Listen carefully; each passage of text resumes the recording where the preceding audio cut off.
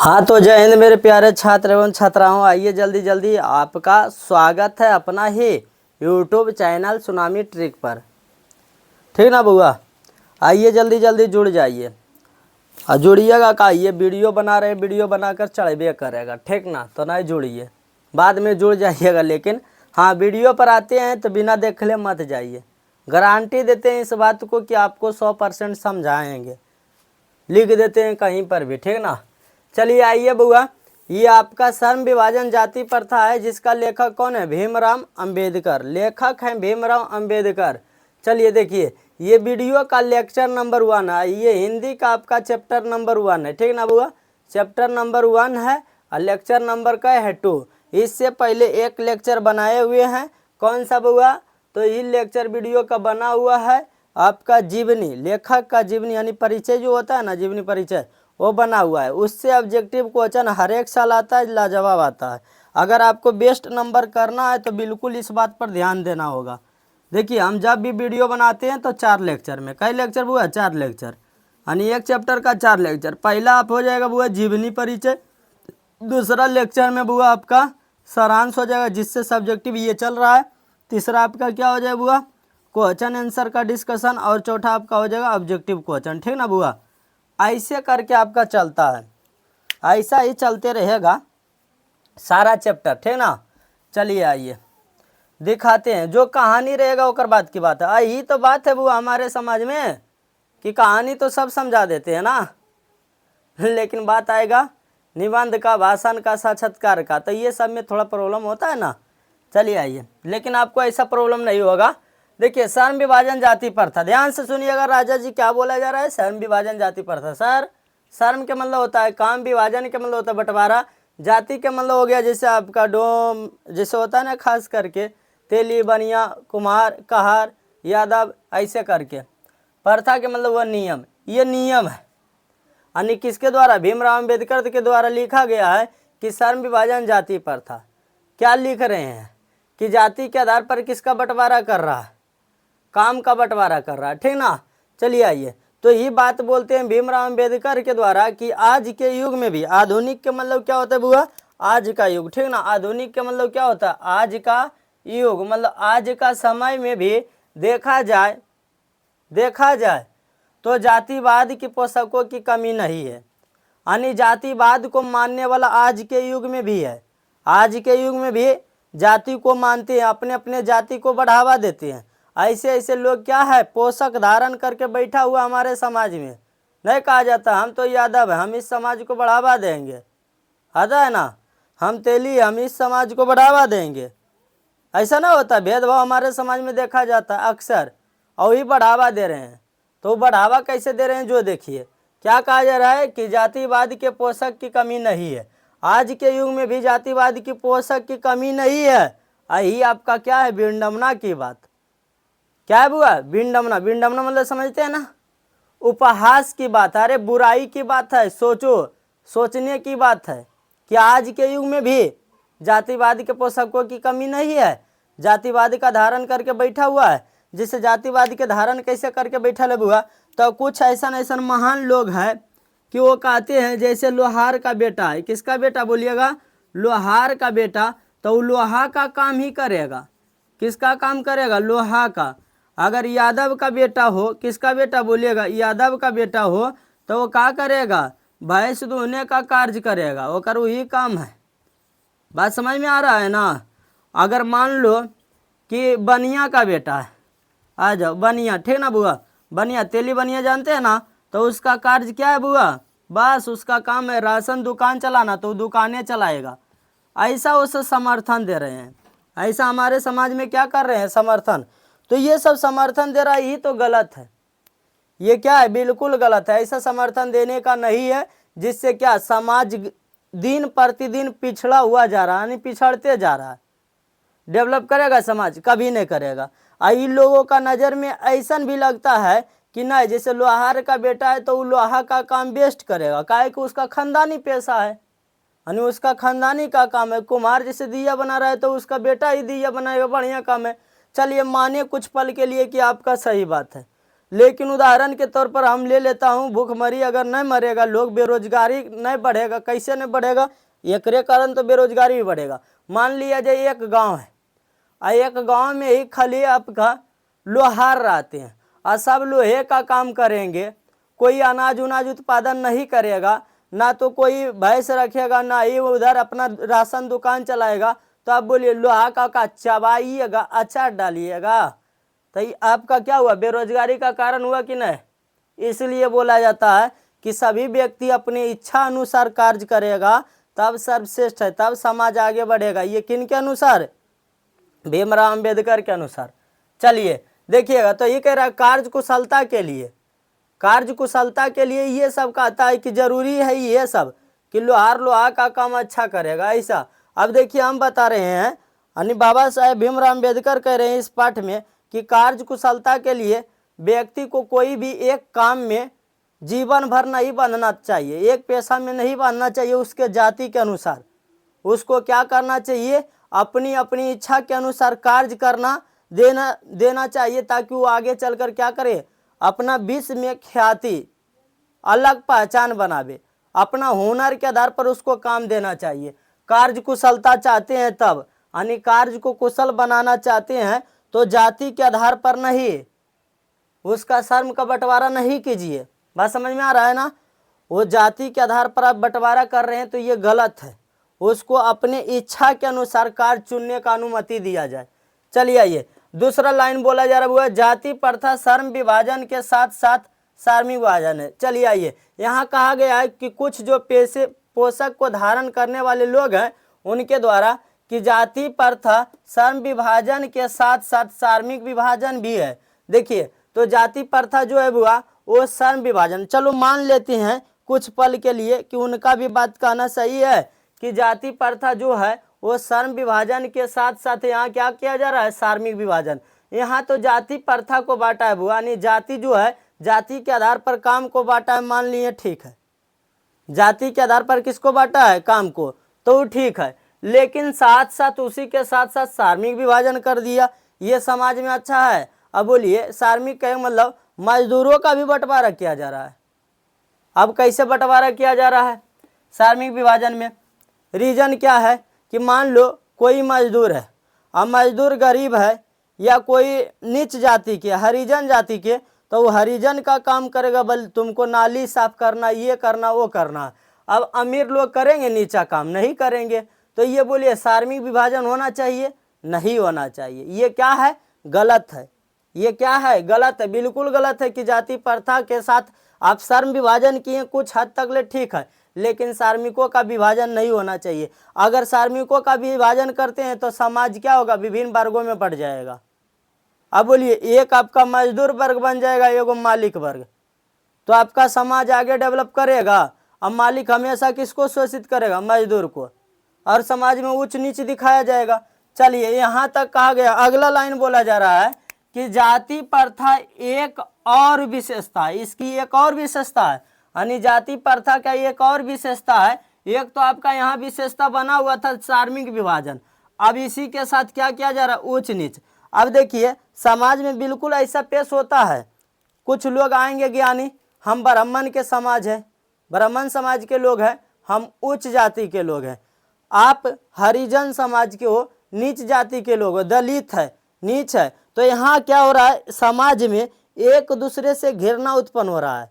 घृणा मतलब समझते हैं ना, यानी एक जाति को ऊंचा दिखाया जा रहा है, एक जाति को नीचा। यही घृणा उत्पन्न हो रहा है कि एक दूसरे से क्या कर रहा है, नफरत कर रहा है। और जब नफरत हो जाएगा समाज में एक दूसरे से, तो ये समाज आगे बढ़ सकता है। बाबा साहेब अंबेडकर कहते हैं यही इसी बात को तो दूर करना है ना, इसको आप हटाइए, इसको आप क्या करिए, हटाइए। समाज में ऊंच नीच भेदभाव नहीं चलेगा, ऐसा कौन सोच रहे हैं, बाबा साहेब भीमराव अंबेडकर। चलिए अगला लाइन देख लीजिए बुआ, कह रहा है हमें व्यक्तियों की कार्य, बोलिए हमें व्यक्तियों की कार्य क्षमता के अनुसार कार्यों का विभाजन करना चाहिए। बिल्कुल यहाँ देख लीजिए कि हमें व्यक्तियों कार्य क्षमता के अनुसार कार्यों का विभाजन कीजिए। व्यक्ति का जो क्षमता है उसके अनुसार आप उसका कार्य बांट दीजिए, ना कि उनके माता पिता। ऐसा ना हो कि उनके माता पिता अब लोहार का काम कर रहे हैं, किसी का पिता लोहार है तो ये जरूरी है कि उसका बेटा भी लोहारे बनेगा, उसका पोता भी लोहारे बनेगा। ये कहाँ का नियम है बाबू भैया? ये नियम बिल्कुल गलत है। ऐसा होना चाहिए समाज में? नहीं होना चाहिए। हाँ, यहाँ बोला जा रहा है लेखक के अनुसार कि व्यक्ति की क्षमता के अनुसार बिल्कुल उसका कार्य का बंटवारा हुआ, यानी जिस योग्यता लायक जो व्यक्ति रहेगा उसी के आधार पर नियुक्ति होना चाहिए, यानी योग्यता के आधार पर नियुक्ति कीजिए। जैसे आप मैट्रिक पास हैं तो आप क्या कर सकते हैं, होमगार्ड लेवल दे दिया मैट्रिक पर, तो आप बिल्कुल मैट्रिक लेवल पर आप होमगार्ड का ही फॉर्म फिल कर सकते हैं, ना कि आप आईएएस का फॉर्म फिल कीजिएगा, दरोगा का करिएगा। इंटर करिए, दरोगा का दे दिया कि नहीं, कि इंटर जो पास परीक्षार्थी रहेगा वो बिहार पुलिस का करेगा, जो बीए पास रहेगा वो क्या करेगा, दरोगा का फॉर्म अप्लाई कर सकता है। तो ये आप बिल्कुल सही कर रहे हैं, योग्यता के आधार पर बिल्कुल सही है। तो ऐसा ही भीमराव अंबेडकर भी कह रहे हैं कि यहाँ योग्यता के आधार पर, यानी व्यक्ति की क्षमता के अनुसार कार्य देना चाहिए। अब व्यक्ति को इस स्तर तक ले डेवलप किया जाए, यानी अपने बच्चों को इस आधार पर विकसित किया जाए कि ताकि आगे उसकी जो नया तकनीक है, जो चीज़ जो फील्ड में वो सीख कर आवे कार्य, वो फील्ड में वो अपना भूमिका अदा करे बहुत अच्छा से। सही बात है, जो व्यक्ति का जो रुचि रहेगा वो रुचि के आधार पर कार्य तो बढ़िया करेगा कि नहीं, और उसका जीवन यापन भी खुशी खुशी होगा कि नहीं होगा। यही बात कौन बोलना चाहते हैं, बाबा साहेब भीमराव अंबेडकर। लेकिन ये समाज कैसे है, ये समाज जानबे करते हैं टालुन है, ये समाज का रीति रिवाज है ना। तोर पिता लोहार हो तो तू लोहरे हो भी, तोर बाबूजी गोबार हो तो तू गोबारे हो भी, ऐसा तो ये समाज चले वाला। आज देखो हम ही हैं, जैसे मान लो हम ही कोई जाति के हैं तो हमारा क्या जरूरी है कि हम पढ़ाएंगे, हम तो नीच जाति के लोग हैं तो पढ़ाएंगे नहीं ना। पढ़ाना किसका काम है, उच्च जाति ब्राह्मण लोग पढ़ाएंगे, ये जरूरी है, कतो लिखल है कि वही पढ़ाएगा। हमारे संविधान निर्माता इसीलिए ये देखिए गरीबों का मसीहा बन के गुजर रहे हैं, कौन, भीमराव अंबेडकर। अगला देखिए, अगला कह रहा है बुआ कि जाति प्रथा भारत में बेरोजगारी का एक प्रमुख कारण बनी हुई है। प्रमुख और प्रत्यक्ष दोनों कारण बनी हुई है। तब पूछेगा कि जाति प्रथा भारत में बेरोजगारी का क्या बना हुआ है, तो प्रमुख और प्रत्यक्ष कारण कैसे बनल है, जो सुनना ध्यान से बउआ रे। यहाँ कहा जा रहा है जाति प्रथा भारत में बेरोजगारी का एक प्रमुख कारण बनी हुई है। अब देखिए अगला लाइन समझिएगा। अब कारण नहीं बनेगा, मान लिया जाए हमारा जैसे पिताजी हैं, भैंस दूह रहे हैं, हमको भैंस दूहने भी नहीं करता है, भैंस दूहने नहीं भी नहीं करता, कहेगा तू भैंसिए दूहेगा, तब बोलो कार्य में हम इच्छुक नहीं है, तो ये बेरोजगारी का, हमारा बाल बच्चा भूखा मरेगा कि नहीं मरेगा, तो ये किसका कारण बना है, बेरोजगारी का। हमको जो चीज़ में हुनर है, अगर ऐसा समाज नहीं करता है, कहता है कोई भी कार्य कर सकते हैं, आपको हर एक काम करने की अनुमति है, छूट है, तो अगर हमारा जो योग्यता है पढ़ाने का, उस चीज़ में पढ़ाएंगे, हमारा बाल बच्चा भूखा मरेगा, नहीं मरेगा। यही रीजन है। अब मान लो रमेश है, रमेश का पिताजी क्या है, बनिया है। अब बनिया का काम क्या है, दुकान चलाना, दुकान खोलना, राशन। और रमेश को कोई जानकारी नहीं है कि दुकान कैसे चलता है, नहीं चलता है। रमेश पढ़ लिख कर डॉक्टर बनना चाहता है। अब बोलिए समाज उसको कहेगा नहीं नहीं नहीं नहीं नहीं, तुम उस जाति को हो तो तुम वही कार्य करेगा, तो ये कार्य कुशल समाज में उत्पन्न होगा, नहीं होगा। क्यों, उसको एक पैसे में जिंदगी भर बांध रहा है, तो ऐसा नहीं होना चाहिए। इसलिए आपका क्या है, ये आपका बेरोजगारी का प्रमुख कारण बनी हुई है। क्या चीज का, बोलिए, जाति प्रथा भारत में बेरोजगारी का क्या बना हुआ, प्रमुख का प्रत्यक्ष। क्योंकि जाति के आधार पर क्या कर रहा है, उसका कार्य चुनने का अनुमति मिल रहा है, तो ये तो गलत है। जाति के आधार पर ना देकर उसके योग्यता के आधार पर दीजिए। चलिए आइए अगला लाइन है बुआ कि जाति प्रथा श्रम विभाजन मनुष्य की सोच पर निर्भर नहीं रहता है। यानी बुआ हाँ, जाति प्रथा जो है श्रम विभाजन मनुष्य के सोच पर निर्भर नहीं होता है, यानी उसका इच्छा पर निर्भर नहीं है। अब क्या कर रहा है, जाति प्रथा कर रहा है, श्रम का विभाजन कर दिया, जाति के आधार पर किसका बंटवारा कर दिया, काम का। तो मनुष्य जिंदगी भर एक पेशा में बंधे रहे, उसका इच्छा ये नहीं है। हम अब ये बताएं, रमेश क्या है, डॉक्टर बनना चाहता है। क्या बनना चाहता है, डॉक्टर, लेकिन उसका बाबूजी क्या है, बनिया है, तो वो भी बनिया का ही काम करेगा, दुकान ही चलाएगा। अब उसके आगे वो डॉक्टर बन नहीं सकता, क्योंकि जाति किसका है, बनिया का ना, उसका कार्य क्या था, दुकान चलाना, इसलिए वो दुकान चलाएगा। तो बोलिए उसका स्वच्छ पर निर्भर है, रमेश का इच्छा के अनुसार कार्य मिल रहा है, नहीं मिल रहा है, और नहीं मिल रहा है तो ये समाज में क्या होगा, बेरोजगारी उत्पन्न, जिसका कारण कौन होगा, तो जो लोग जातिवाद के पोषक धारण के लिए न, इसलिए व्यक्तियों को अपने इच्छा के अनुसार, अनिरुचि के अनुसार उसको कार्य चुनने की अनुमति दे दिया जाए। ऐसा कौन बोल रहे हैं, हमारे बाबा साहेब भीमराव अंबेडकर जी। चलिए अगला लाइन बोल रहा है बुआ, उम्मीद करते हैं कि समझ में आ रहा होगा। अगला लाइन कह रहा है लोगों आरुचि के साथ कार्य करते हैं, यानी हाँ सही बात है। अब हमारा भैंस दूहे लेबे नहीं करेगा और समाज वाला कहेगा भैंस ये दूर है, किस हद तक ले पग बुर्बक कहीं का, हमको जब दूहने अबे नहीं करता है भैंसिया, भैंसिया को कैसे दूहेंगे। अब बोलिए तो हमारा रुचि है, आस्था है उस काम में, जबरदस्ती लगा ली है, भैंसिया रगड़ रही है, ये कोई मतलब है, हो मतलब है नहीं, वो काम में हमको मन नहीं लगेगा और वो कार्य सफल नहीं होगा।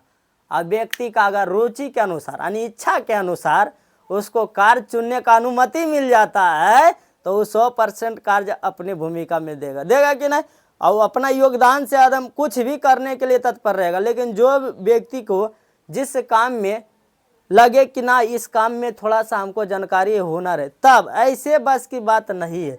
चलिए आदर्श समाज, देखिए कौन समाज हुआ, आदर्श समाज।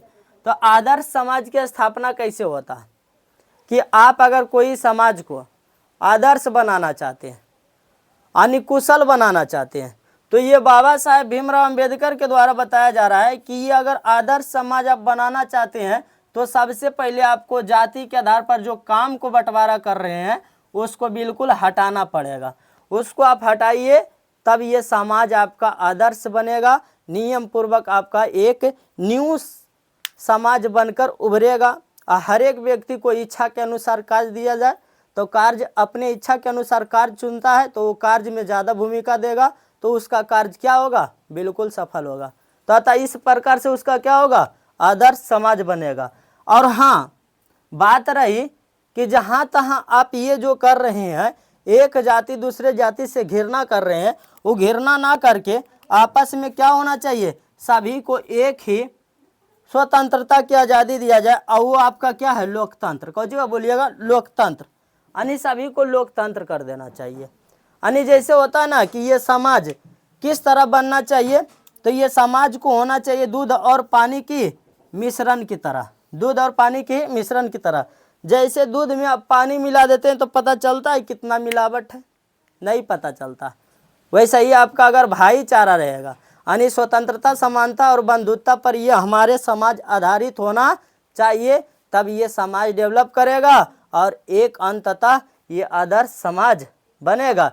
ये कौन कह रहे हैं, लेखक कह रहे हैं। लोकतंत्र क्या होता है सर, तो आप लोग जानते हैं कि अमेरिका के राष्ट्रपति के द्वारा भी बताया गया था, जो कि प्रथम राष्ट्रपति थे अब्राहम लिंकन।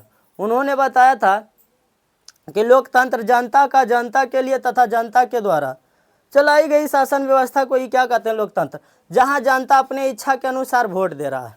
ऐसा ही बात है, हम ये जरूरी है कि हम यहाँ है बिहार में खास करके ये नियम चलता है कि हम यादव हैं तो हम क्या करेंगे, लालू यादव को वोट देंगे, तो ये गड़बड़ है। नहीं, अपने इच्छा के अनुसार, योग्यता के अनुसार वो चुन सकता है।